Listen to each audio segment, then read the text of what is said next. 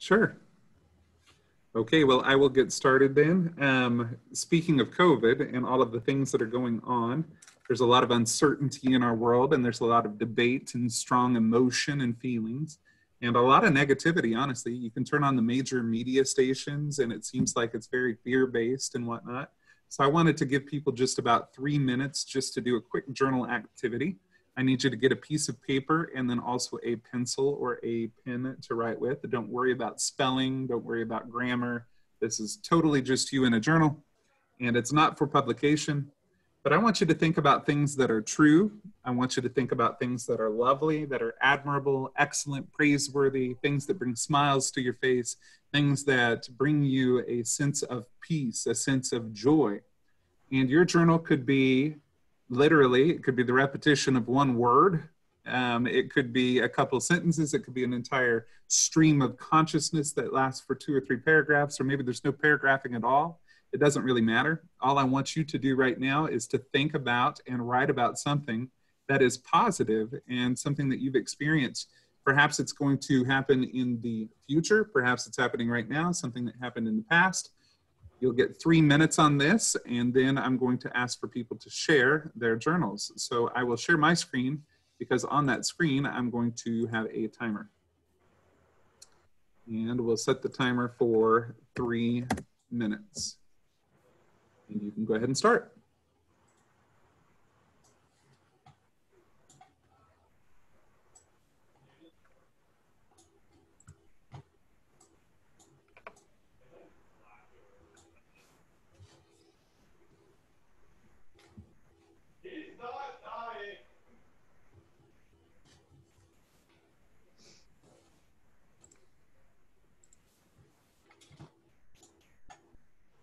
Sure, Caleb, you need to, right now we're journaling for about 3 minutes. And I've asked you to think about things that make you smile, things that bring you joy. There can be nothing negative. There can be nothing stressful or fear-based in this journal.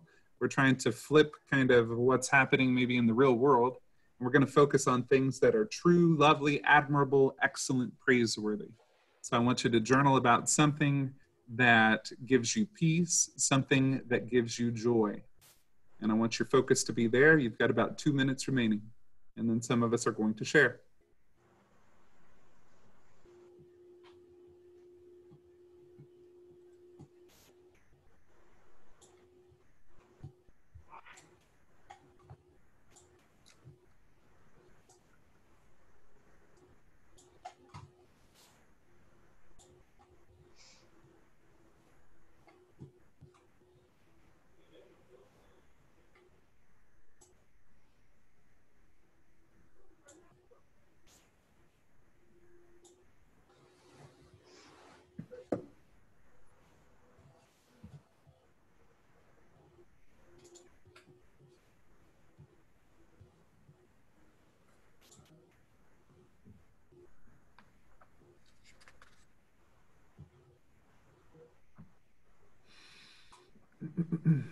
You have about 60 seconds remaining.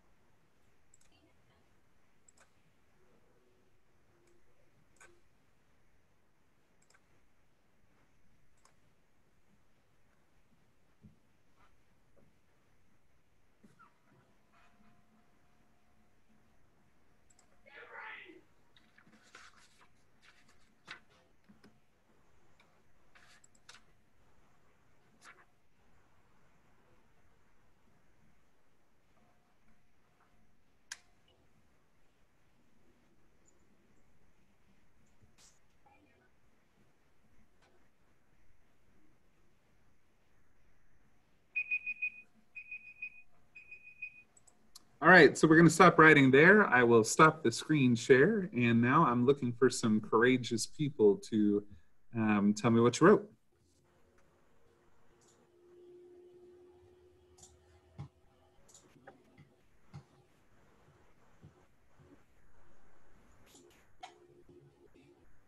And if you don't want to read it word for word, you don't have to.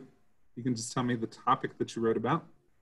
Something that makes you smile, something that brings you peace. I mostly just wrote about food. About food?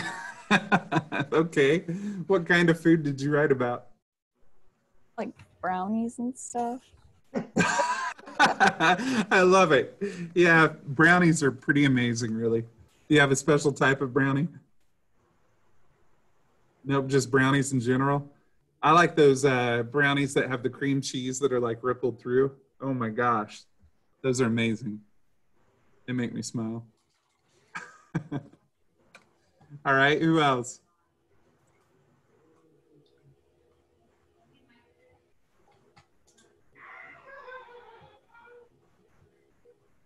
Elizabeth, Sailor, Devin, someone? Something that makes you smile, something that brings you joy.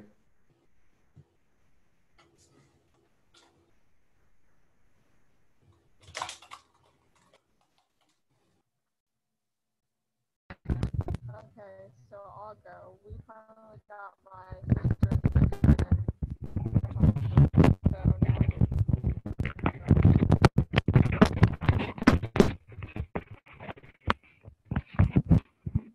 Sailor, I have no idea what you just said. It was very choppy. I'm sorry, but I'm glad something brings you joy. Okay, well, we're gonna move on. I just wanted to see what all y'all were thinking. I might have to have some brownies later. That kind of made me hungry.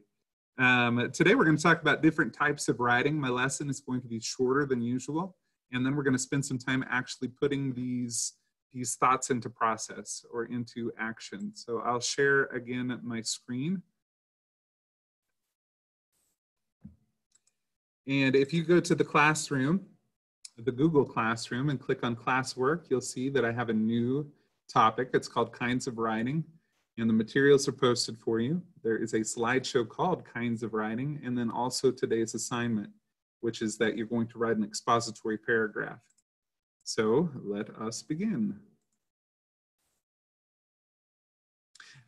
First question that I have for you, are you familiar with expositions? Have you ever heard that word? For example, maybe somebody said, oh, I went to an exposition last weekend, or we went to the Expo Center. Are you familiar with that? Eve, you've heard that said before. What is an Expo Center? What do they do there? I have no idea. I just know that my mom goes to them all the time. She goes to them, okay. And has she ever told you about them at all? No, not really. Anyone else? Have you heard the word expo or exposition? Nope. Okay. Well, an expo center is a place where people will bring their inventions and they'll bring their products and whatnot, and then they put them on display for people to look at. And it's really cool. It's a lot of information gathering. Sometimes people will come out of an expo center and they have bags of like pamphlets and papers and pencils and all the free gadgets and things that are handed out. But it's the giving and the sharing of information. And that's one of the styles of writing that we're going to talk about specifically this week. But really, there are 4 types of writing that we're going to cover over the next few weeks. And I've listed them out here for you. It says expository writing, persuasive writing, descriptive writing, and narrative writing. Eve, tell me what it says about expository writing. What's the purpose? It explains, gives information, or instructs. Absolutely. Okay, for persuasive writing, Elizabeth, tell me what its purpose is.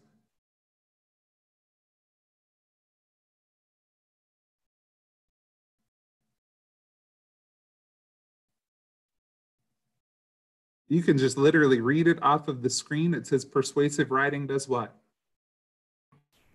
Attempts to conceive or argue a reader to action. Okay, to convince someone or urge a reader to action. Very good. And I'm going to go to Devin next. Devin, what about descriptive writing? What's the purpose of it? Enables a reader to see or experience a person, place, or thing. Excellent. And the last one goes to Veronica. Veronica, what is the purpose of narrative writing?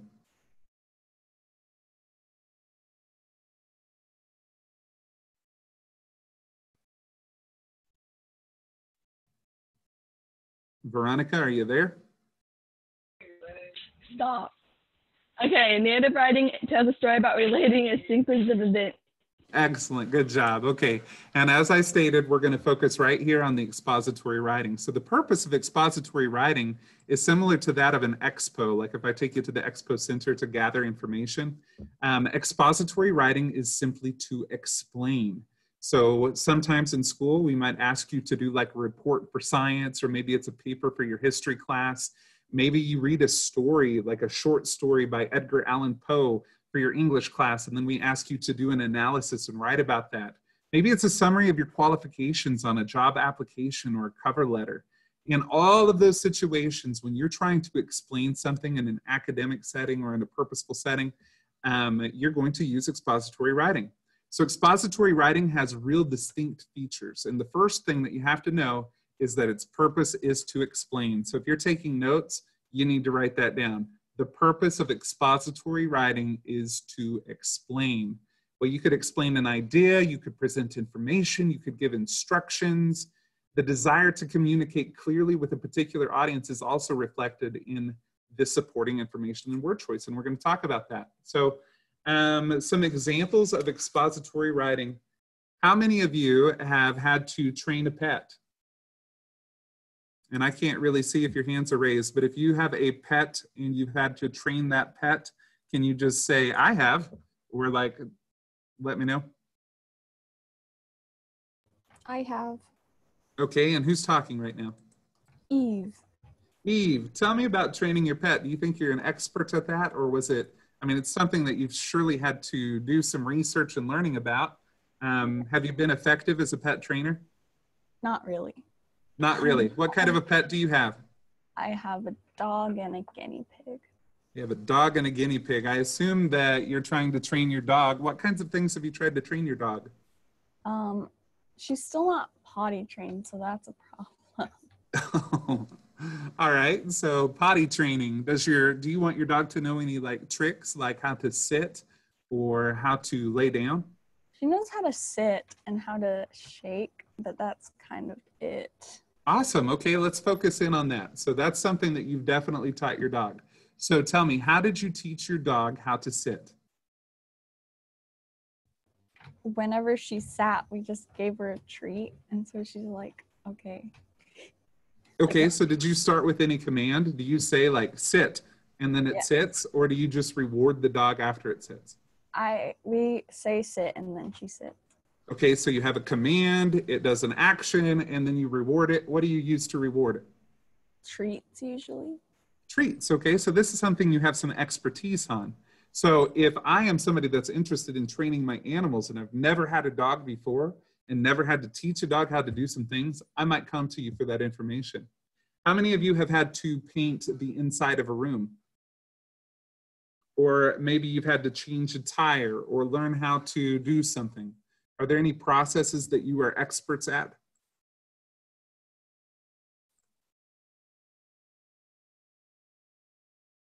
Do you know something about certain concepts or events?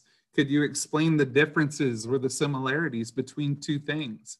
These are all topics that we can write about to explain. And that's really the purpose then of the expository paragraph. So let's read this next slide. It says the topic sentence of an expository paragraph needs to express a main idea clearly in words that define and limit the topic for the reader. The topic sentence of an expository paragraph is direct, factual statement of a main idea. And then I've given you some examples here. So the topic sentence, which I'm sure you've heard that before, it's the very first sentence of your paragraph. And here are three that I wanted to show you. So the first one says, to ride a wave in an outrigger canoe, you must follow 3 simple steps. So the purpose here is to explain a process. Another one says, according to psychologist James Dobson, fighting and denying reality are 2 common but unhealthy ways to handle a sense of inferiority. And then the last one says, the average beach on the, whoops, I gotta move my stuff here. The average beach on the Atlantic coast differs in a number of ways from the average beach on the Pacific. And we'll go to the next slide. It says, when you're writing a topic sentence, you need to avoid words that make your sentence sound controversial. Remember that the purpose here is to explain. It is not to persuade. So you should definitely avoid opinionated statements that call for judgments. So a statement of fact might sound like, Dr. J has earned a distinction as a professional basketball player. But a statement of opinion might say, Dr. J is the best athlete to ever play professional basketball. Look at the statement of opinion. What word is really strong and really opinionated? Devin, can you answer that question? What word is really strong or opinionated? Best. Best. So that is a statement of opinion. That's probably going to be more for like persuasive writing.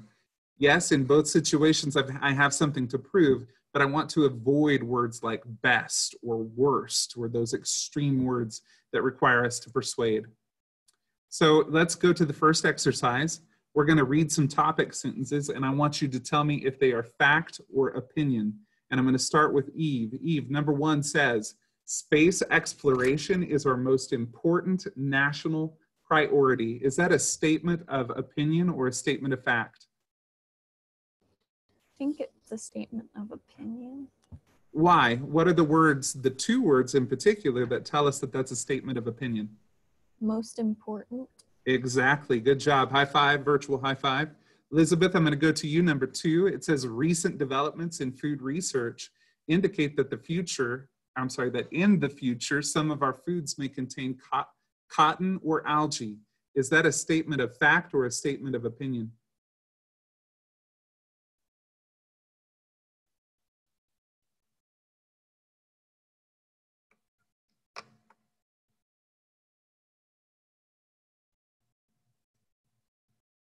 Do you see any real strong words there of bias? Words like best or most important or worst?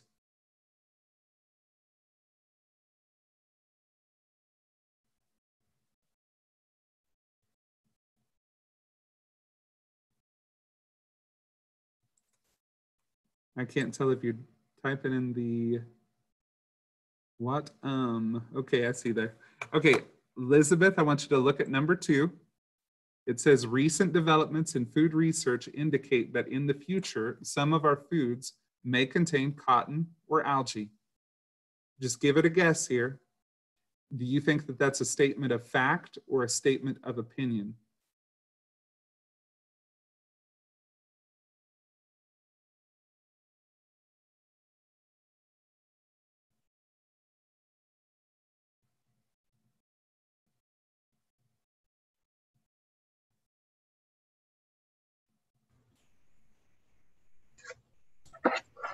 Elizabeth, do you have an answer?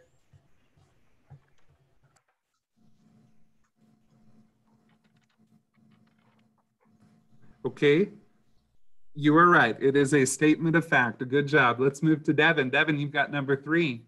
Our school should establish a bookstore run by students. Do you think that's a statement of fact or a statement of opinion? Opinion. Okay, why do you think that's a statement of opinion? Should. Okay, you are right. That it should do something. We're proposing a policy, so you're right. It is a statement of opinion. Number 4, the force of flowing water of the Colorado River carved the Grand Canyon. And this one is going to go to Veronica. Veronica, do you think that's a fact or do you think that's an opinion?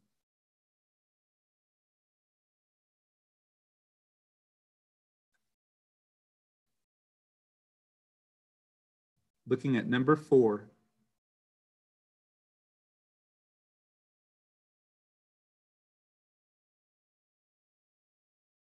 Isn't it fact? It is a fact. Good job. Number 5, we're going to over to, let's see who's next on the list. Sailor. Sailor, look at number 5, and I can't hear you if you talk, Sailor, so you'll have to probably just write this in the chat. It says 3 economic conditions may have helped cause the depopulation of the English countryside in the 1700s. You think that's a statement of fact or a statement of opinion?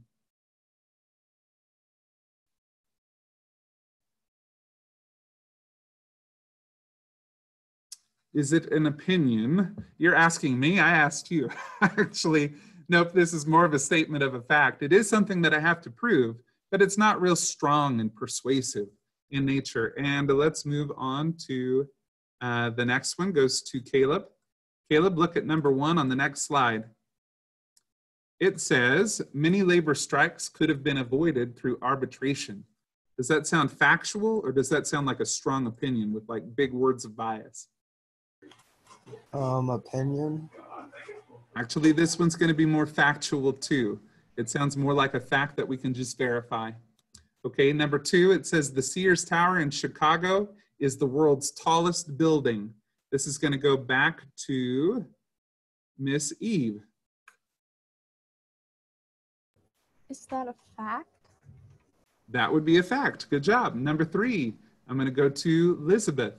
It says Mozart was the greatest composer of the 18th century.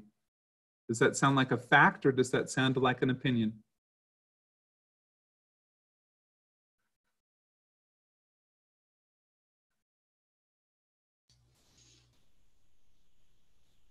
Elizabeth, did you hear me? Okay, let's look to number 3. It says Mozart was the greatest composer of the 18th century. Does It's an that have a opinion. real... Yeah, and what's the word of bias there that shows you that it's an opinion? I guess was the greatest. Greatest, good job. All right, 2 more. Sailor, look at the next one. It says the gross national product is the total value of goods and services produced in the United States. Does that sound more like a fact or an opinion? Yes, it is a fact. And the last one goes to, let's see, who's next on my list here? Caleb, I'm going to ask you the last one. It says the salaries of professional athletes are too high. You think that's fact or opinion? Opinion. It is. And what are the 2 words there that show you that it's mostly opinion? I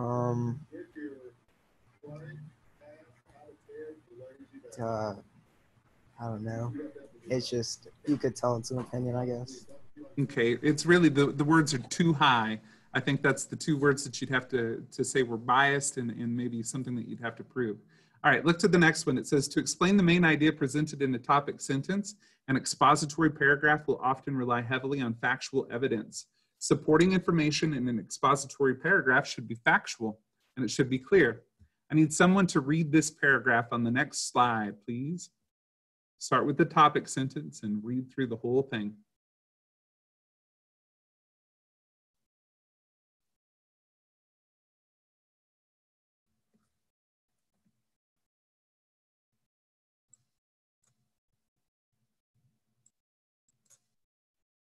Do I get a volunteer or do I have to call on somebody? You want to? What's that? I'll read it. All right, go for it.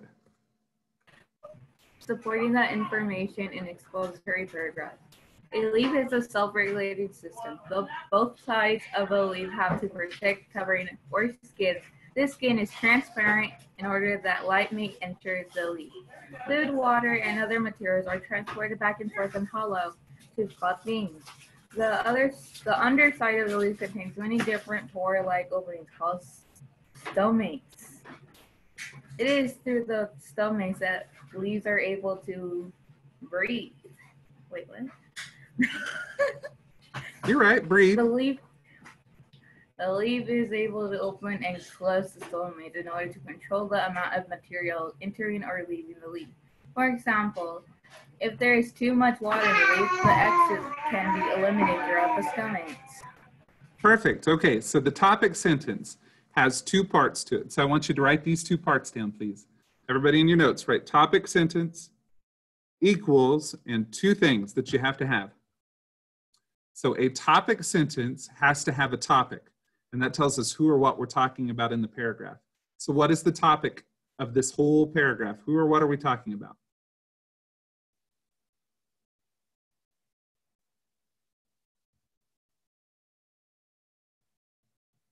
Leaves? Yeah, so a leaf is the topic. That's who or what this paragraph is about. And then the second part of a topic sentence is that it has to have a controlling idea. It has to have some kind of like opinion, some kind of a statement that's made about that topic. So in this topic sentence, it says a leaf is a self-regulating system. And self-regulating means that it basically takes care of itself. Then you look to all of the supporting information in that paragraph, And there's a lot of info there that shows you how leaves take care of themselves. Eve, can you show me one thing, one piece of information that proves that topic sentence to be correct? What is one thing that I mentioned in that paragraph that proves that leaves self-regulate? Leaves take care of themselves.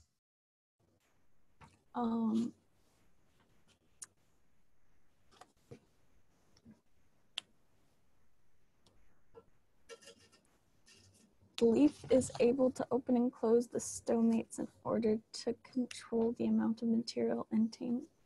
You got it. Yeah. And if there's too much water in a leaf, what's it do? The excess can be eliminated through the stomate. Yeah. Is that an example of how a leaf can self-regulate or take care of itself? Of course it is. And so that's why that's the supporting information that proves that topic sentence to be correct. Remember, the purpose is to explain when you're doing expository writing. So, since they are generally aimed at readers that are unfamiliar with the topic, you have to choose language that's really clear and that it's really easy for your reader to understand. Appropriate language does not confuse the reader with technical terms, nor does it talk down to the reader or treat him or her like they're stupid people. So you want to use appropriate language that's easy to use and easy to understand. For example, in that last paragraph, if you didn't know what a vein was, or if you didn't know what a stomate was, the author basically gives us a definition of those two terms. Look at this one. This is super complicated and it's super complex, and I have no idea what it's talking about. It says the Elmo Bumpy torus concept is one of the most complicated experimental systems ever attempted in fusion research. If successful, it promises to lead an economical toroidal reactor with good accessibility for construction and improvements and the advantages, and it keeps going on. And I can tell you within the first sentence or two sentences, I'm completely lost. This language is way too complex for me. It's not easy to understand. Do you think the author knows what he or she is talking about? I'd say yes, the author knows, but do you think the readers are going to be able to understand it? No, I like that. Thank you, Eve, for shaking your head no.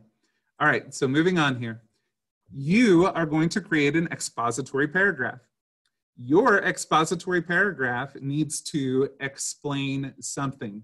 So you need to choose a topic that you can relate to your audience, a topic that you're already familiar with. For example, earlier we were talking about training dogs. Some other things that I had written down: how to paint a room, how to change a tire, how to tie a bow tie. That's something that I really don't even know.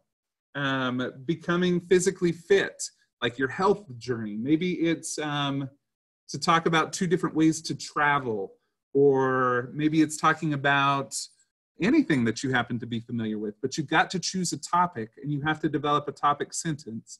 And then you have to prove that topic sentence using your paragraph. So in creating an expository paragraph, I want you to concentrate on explaining something clearly to your audience. Identify a topic that can be treated in a factual manner. And as you work toward a good topic sentence, concentrate on what your audience might want or need to learn. You can go to the internet and you can research a topic. So I think it was Eve that was talking about training her dog. Is that right? Okay, so if you're not really super, I mean, you've had some experience, but you're not real super sure as to what really goes into it, well, then spend some time and research that on the internet before you write it, before you write this paragraph. Gather your information, organize your information, use transitions while you're writing, and then just reread your paragraph when you're finished to make sure that it actually makes sense. If you look at the classroom page, I've got to move your faces, sorry. Okay, if you look at the classroom page under the classwork tab, your assignment is right here. It says developing writing skills, expository paragraph. You can click on this and you'll have the document come up and it tells you what to do. It says write an expository paragraph on a topic of your choice. The paragraph has to have a topic sentence and it has to have supporting details. The organization and the language found in your paragraph should be clear and easily understood. I'm going to put you in small breakout rooms and I'm going to give you 10 minutes to pick a topic and write your topic sentences. So you can open up your own document here, the one that's assigned to you, And be sure to indent it. So if I'm here, I'm just going to click tab, and then I'm going to write my topic sentence right there. And then underneath that, I'll start with my supporting details. But I'm going to put you into small groups so you can talk about that before you get started. So let me go to breakout rooms. And we only have 8, I think, in here. So let's do 2. All right, so in the first room, I'm going to put Colton and Devin and Eve and John. All right, and then in the second room, I'm going to put Dan and Deanne and Caleb and Elizabeth and Sailor and Veronica. Chase, All right, yes. can you not put me in one for right this second?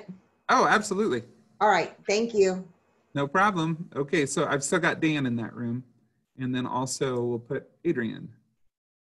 All right, so I'm going to put you in those rooms. You know what you're doing. Think about what you want to write about. Come up with the topic sentence, and then start writing, and I'll check in with you, okay?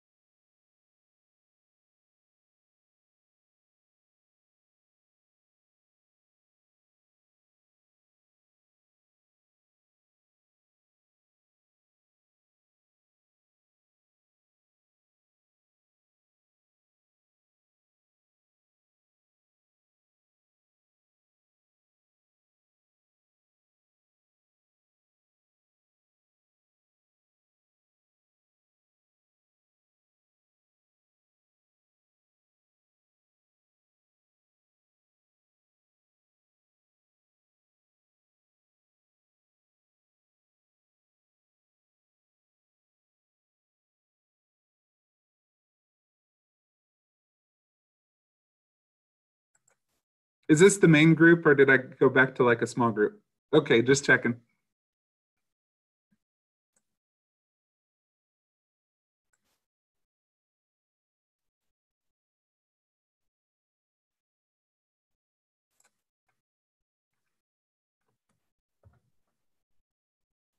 Sailor, I saw your grandma the other day.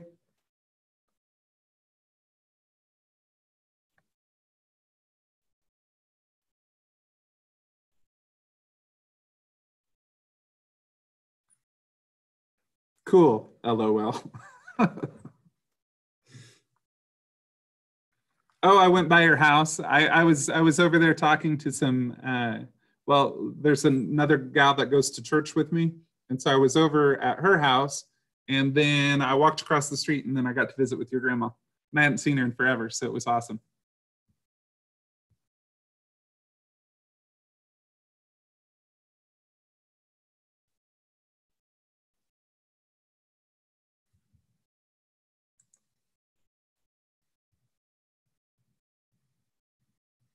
Sailor, I don't know what town you're in right now. Like, are you in Chanute or which school do you go to? Humboldt, okay.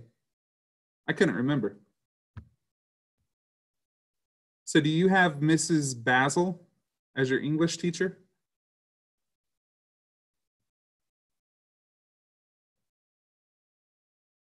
Not yet, but you will. Awesome.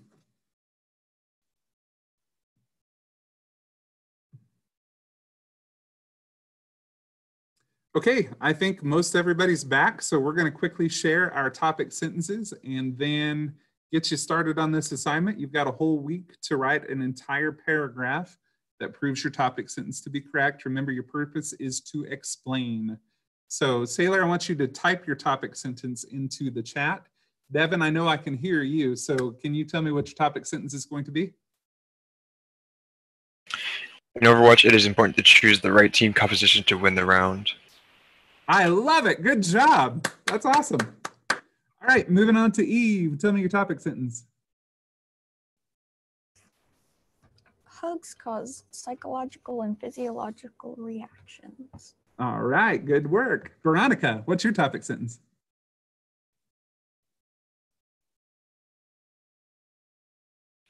I don't know yet. Not really sure. Are you still on the topic of McDonald's? Either that or my niece. I don't know. Oh yeah, I forgot about your niece. That's cool. How to be a good aunt. Give us like 2 or 3 suggestions there. Awesome. Elizabeth, what about you?